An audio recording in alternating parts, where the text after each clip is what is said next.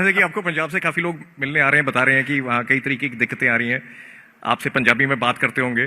तो दो लाइनें आपसे भी सुने कि आपकी पंजाबी कैसी है, टेस्ट करें कि ਤੁਸੀਂ ਵੀ ਪੰਜਾਬੀ 'ਚ ਗੱਲ ਕਰ ਲੈਂਦੇ ਹੋ, ਉਹਨਾਂ ਦੇ ਨਾਲ ਤੁਸੀਂ ਪੰਜਾਬੀ 'ਚ ਗੱਲ ਕਰਦੇ ਹੋ। ਨਹੀਂ, ਪੂਰੀ ਗੱਲ ਪੰਜਾਬੀ ਦੇ ਵਿੱਚ ਕਰਦੇ ਹਾਂ, ਕਿਉਂਕਿ ਸਾਡਾ, ਮੈਂ ਜੋਤੀ ਜੀ ਆਪ ਨੂੰ ਇੱਕ ਗੱਲ ਕਹਿਣਾ ਚਾਹੁੰਦਾ ਹਾਂ ਕਿ ਸਾਡਾ ਇੱਕ ਹੀ ਸੂਬਾ ਸੀ ਇਹ। ਇੱਕ ਹੀ ਸੂਬਾ ਸੀਗਾ, ਇੱਕ ਹੀ ਸੂਬਾ ਸੀ। ਤੁਹਾਡੇ ਵੱਡੇ ਭਰਾ ਹੈਗੇ ਉਹ, ਤੁਸੀਂ ਛੋਟੇ ਇੱਕ ਹੀ ਭਰਾ ਹੋ। ਸੂਬਾ ਸੀ ਜੋਤੀ ਜੀ। ਜੀ।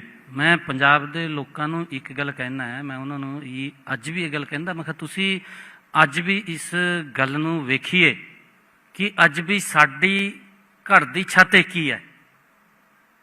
ਅੱਜ ਵੀ ਘਰ ਦੀ ਛੱਤ ਇੱਕ ਹੀ ਹੈ। ਅੱਜ ਵੀ ਸਾਡਾ ਬੇੜਾ ਇੱਕ ਹੀ ਹੈ। ਦੋ ਭਰਾ ਹੈ, ਅਲੱਗ ਹੋ ਗਏ, ਕੀ ਗੱਲ ਹੋਈ? ਭਰਾ ਹੀ ਹੈ ਨਾ। ਅਸੀਂ ਛੋਟੇ ਭਰਾ ਹੈ, ਵੱਡੇ ਭਰਾ ਹੈ।